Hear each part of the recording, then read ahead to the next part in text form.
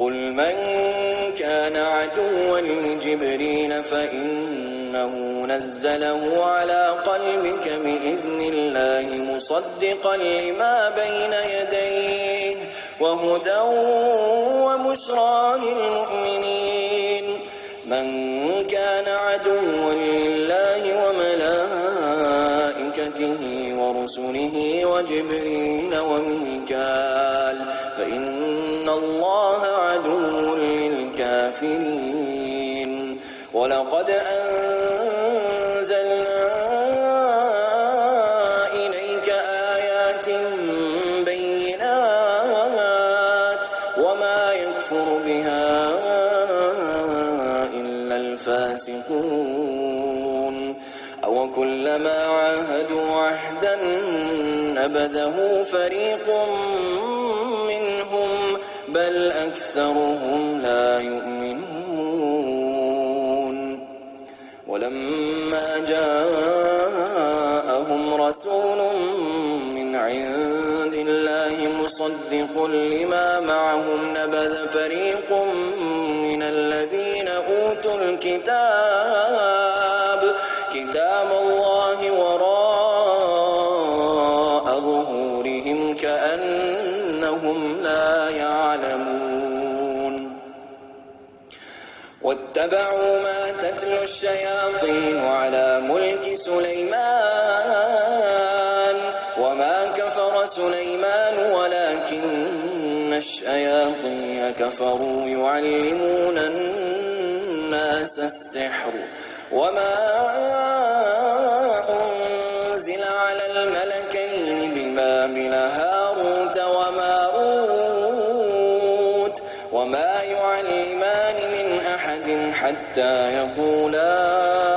إنما نحن فتنة فلا تكفر فيتعلمون منهما ما يفرقون به بين المرء وزوجه وما هم بضارين به من أحد إلا بإذن الله ويتعلمون ما يضرهم ولا ينفعهم ولقد علموا لمن اشتراه ما له في الآخرة من خلاق ولبئس ما شروا به أنفسهم لو كانوا يعلمون ولو أنهم آمنوا واتقوا لمثوبة من عند الله خير لو كانوا يعلمون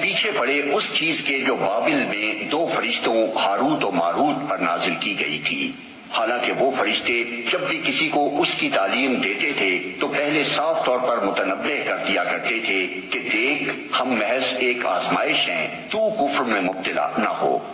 پھر بھی یہ لوگ ان سے وہ چیز سیکھتے تھے جس سے شوہر اور بیوی میں جدائی ڈال دیں۔ ظاہر تھا کہ اذن الہی کے بغیر وہ اس ذریعے سے کسی کو بھی ضرر نہ پہنچا سکتے تھے، مگر اس کے باوجود وہ ایسی چیز سیکھتے تھے جو خود ان کے لیے نفع بخش نہیں بلکہ نقصان دہ تھی، اور انہیں خوب معلوم تھا کہ جو اس چیز کا خریدار بنا اس کے لیے آخرت میں کوئی حصہ نہیں۔ کتنی بری متاع تھی جس کے بدلے انہوں نے اپنی جانوں کو بیچ ڈالا، کاش انہیں معلوم ہوتا۔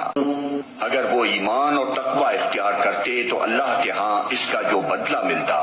وہ ان کے لیے زیادہ بہتر تھا، کاش انہیں خبر ہوتی۔